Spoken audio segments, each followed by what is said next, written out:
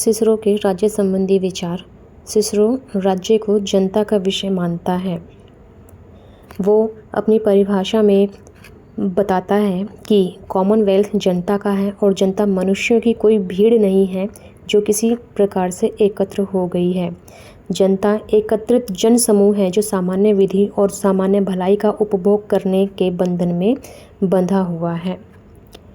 दूसरे शब्दों में सिसरो कहना चाहते हैं कि सामूहिक जीवन का विधिवत ढंग से निर्वाह करने के उद्देश्य से जनता ने राज्य का निर्माण किया है और एक साथ एकत्र होने का कारण उनकी कमज़ोरी नहीं है बल्कि एक दूसरे के लिए स्वाभाविक आकर्षण है, क्योंकि मनुष्य अपनी जन्मजात प्रवृत्ति के कारण समाज प्रिय है।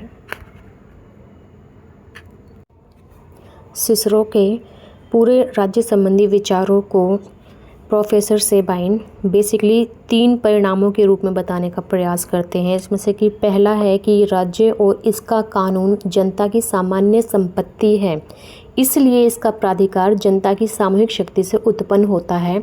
इस जनता एक स्वायत्त शासित संगठन है जिसके पास अपने को सुरक्षित रखने और अपने अस्तित्व को कायम रखने के लिए शक्ति है।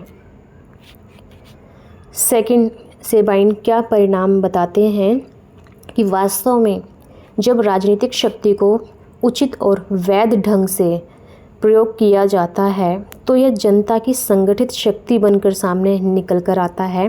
मीन्स अगर मजिस्ट्रेट इस शक्ति का प्रयोग करता है तो वो अपने पद के कारण इसका प्रयोग करता है। उसका वारंट कानून है और वह कानून का पात्र है, क्योंकि कानून मजिस्ट्रेट को शासित करता है और मजिस्ट्रेट जनता पर शासन करता है। यह सच्चाई है कि मजिस्ट्रेट बोलता हुआ कानून है और कानून चुप्पी साधे मजिस्ट्रेट है। तीसरा परिणाम कि स्वयं राज्य और उसका कानून हमेशा ईश्वर के कानून या नैतिक कानून या नैसर्गिक नियम के अधीन है।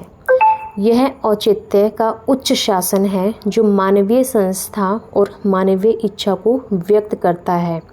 राज्य प्रकृति में शक्ति एक आकस्मिक घटना है और उसका औचित्य केवल इसीलिए है कि वह न्याय और औचित्य के नियमों को प्रभावशाली बनाती है। जैसा कि हमें सिसरो के फर्स्ट वीडियो में ही पता चल गया था कि जो भी कानून है, जो भी समाज है, जो भी राजनीति है, जो भी राज्य है, वो बिना जनता की सहमति के, बिना लोगों की सहमति के नहीं एग्जिस्ट कर सकता है। इसलिए जो भी कानून यूज़ किया जा रहा है किसी भी अथॉरिटी के तरफ से, तो वो अथॉरिटी उस कानून को जो कि जनता ने उस पर सहमति जताई है उसके अकॉर्डिंग काम करता है। तो डायरेक्टली कहीं या इनडायरेक्टली जो भी अथॉरिटी वर्क करती है, लॉ को फॉलो करती है, वो कहीं ना कहीं जनता को ही फॉलो कर रही है। इसलिए कहीं ना कहीं सिसरो के इन विचारों को राजनीतिक चिंतन के इतिहास की अमूल्य धरोहर माना जाता है।